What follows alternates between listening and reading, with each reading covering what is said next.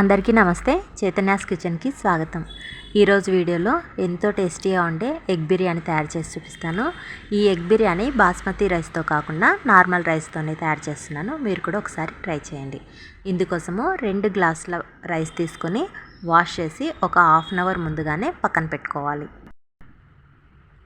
ఇప్పుడు ఒక బాండీలో ఒక పెద్ద గరిటె నుండి ఆయిల్ వేసుకోండి. ఇక్కడ ఒక ఆనియన్ని సన్నగా కట్ చేసి వేసుకోవాలి.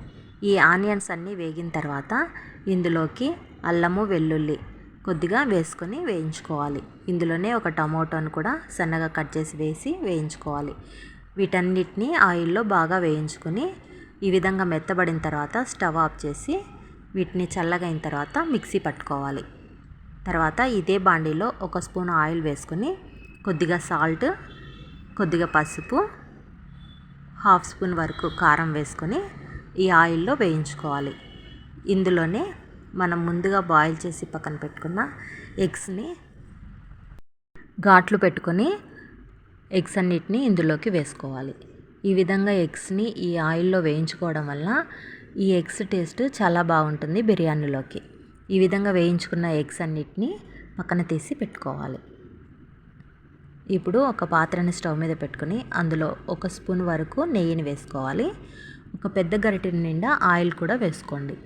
ఇక్కడ నేను 2 ఆనియన్స్ని సన్నగా పొడువుగా కట్ చేసి వేస్తున్నాను. వీటన్నిటిని ఆయిల్లో వేయించుకోవాలి. ఈ విధంగా ఆనియన్స్ బ్రౌన్ కలర్ వచ్చేంత వరకు వేయించుకొని సగం వరకు ఆనియన్స్ని పక్కన పెట్టుకోవాలి. ఇందులోకి హోల్ గరం మసాలాను వేసుకోవాలి. ఇందులో బిర్యానీ ఆకు, 2 లవంగాలు, చెక్క లవంగాలు వేసాను. దీంట్లోనే మనం ముందుగా గ్రైండ్ చేసి పెట్టుకున్న ఆనియన్, టమోటో పేస్ట్ను కూడా వేసి వేయించుకోవాలి. ఈ ఆయిల్లో దీనిని బాగా వేయించుకోవాలి. ఇందులోనే హాఫ్ కప్పు వరకు పెరుగును కూడా వేసుకోండి. ఈ పెరుగును కూడా ఈ గ్రేవీలో బాగా వేయించుకోవాలి. ఇప్పుడు పావు స్పూను పసుపు, 1 స్పూన్ వరకు కారము, 1 స్పూను సాల్ట్ వేసుకొని కలుపుకోవాలి. ఇందులోనే హాఫ్ స్పూన్ బిర్యానీ మసాలాను, హాఫ్ స్పూన్ గరం మసాలాను కూడా వేసి వీటన్నిటిని వేయించుకోవాలి. ఈ విధంగా ఈ గ్రేవీలో ఈ పొడులన్నిటిని వేసి బాగా వేయించుకోవాలి.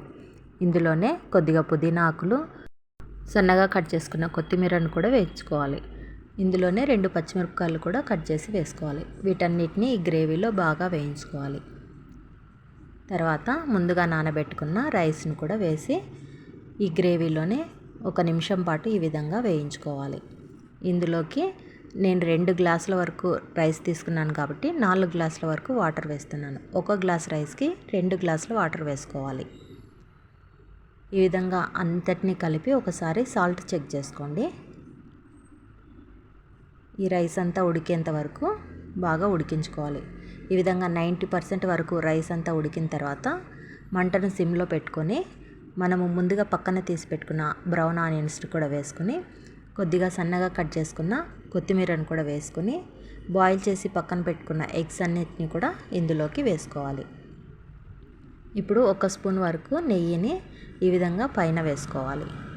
ఇప్పుడు మూత పెట్టుకొని ఒక 10 నిమిషాల వరకు మగ్గబెట్టుకోవాలి. ఇప్పుడు మనకు ఎంతో టేస్టీగా ఉండే ఎగ్ బిర్యానీ తయారైపోయింది.